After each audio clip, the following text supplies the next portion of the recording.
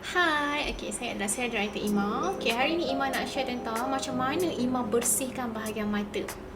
So Ima akan tunjuklah tips-tips untuk anda kalau nak mata yang cantik. So actually Ima dah bersihkan bahagian sini. Ima nak tunjuk dekat anda macam mana nak bersihkan dengan betul. So nak share lah tips-tips kan supaya mata anda pun cantik. So anda hanya perlukan facial cotton. And then this one. Ini adalah all free eye makeup remover. So anda boleh nampak lah, all free eye makeup remover. Yang ni dah ada 2 lapis. Yang bawah ni adalah air. Sebab air kan berat, so dia akan kat bawah lah, tenggelam kan. Yang kat atas ni adalah dimethicone. So anda kena goncang dulu. Dimethicone ni adalah untuk, dia ada formula anti penuaan untuk mata kita. Sebab tu mata kita akan nampak lebih cantik, kurang nampak garis halus sebab kalau konsisten pakai ni. So inilah rahsia mata Ima nampak cantik. So anda kena goncang dulu. So dia akan sebati macam ni. So anda just titiskan dekat anda punya facial cotton.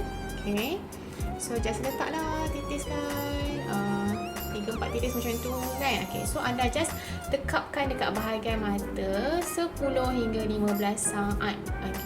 So anda tekapkan 1, 2, 3, 4, 5, 6, 7, 8, 9, 10, 11, 12, 13, 14, 15. So Ima dah tekap. So just angkat. Tada! So anda boleh nampak dia punya kotoran dah hilang. So boleh nampak lah kotoran dia melekat. Nampak tak? So kalau anda ada pakai maskara, dah buat macam ni, dah bagi lekat macam tu. Selepas tu anda kena tarik keluar. Tarik keluar supaya maskara tu betul-betul bersih lah. Alright. Nampak? Tak payah gosok kuat-kuat pun, anda just lekap je. Anda lekap je macam tu. So mata anda memang bersih. Bersih kan?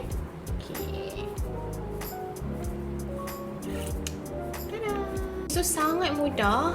Dengan 1-2 kali sapu pun anda boleh nampak kotoran dia tanggal. Best kan? So ini memang pembersih mata Ima yang Ima takkan tinggal lah, setiap hari Ima guna. So ini adalah rahsia macam mana Ima bersihkan mata. And bulan ni ada promo. Promo dia anda boleh dapat, anda beli je satu all free eye makeup remover ni, anda boleh dapat travel pack punya all free eye makeup remover ni, yang mini punya lah. So kalau anda nak travel, anda just bawa je botol yang kecil ni untuk anda travel. Nampak? Dia ada 2 lapisan kan? Ada 2 lapisan, bawah dan atas. So anda kena goncang dulu sebelum pakai. Pastikan anda pakai all free eye makeup remover ni sekiranya anda nak mata cantik. Sebab bahagian mata anda tak boleh cuci pakai pencuci muka. Sebab pencuci muka dirumus khas untuk muka sahaja. And mata anda, kalau anda perasan dekat bawah lapisan mata tu, dia adalah lebih nipis, lebih sensitif, and dia punya collagen minyak ataupun sebum memang kurang. Sebab tu anda boleh nampak garis halus cepat keluar dekat bawah mata. So kalau anda tak jaga betul-betul bahagian bawah mata anda, mata anda akan nampak lebih tua daripada usia. Tak nak kan? So pastikan anda jaga mata anda betul-betul supaya mata anda kurang garis halus and sentiasa cantik. So dapatkan anda punya all free eye makeup remover sekarang, sebab takut nanti kalau lambat nanti habis. Dapatkan sekarang.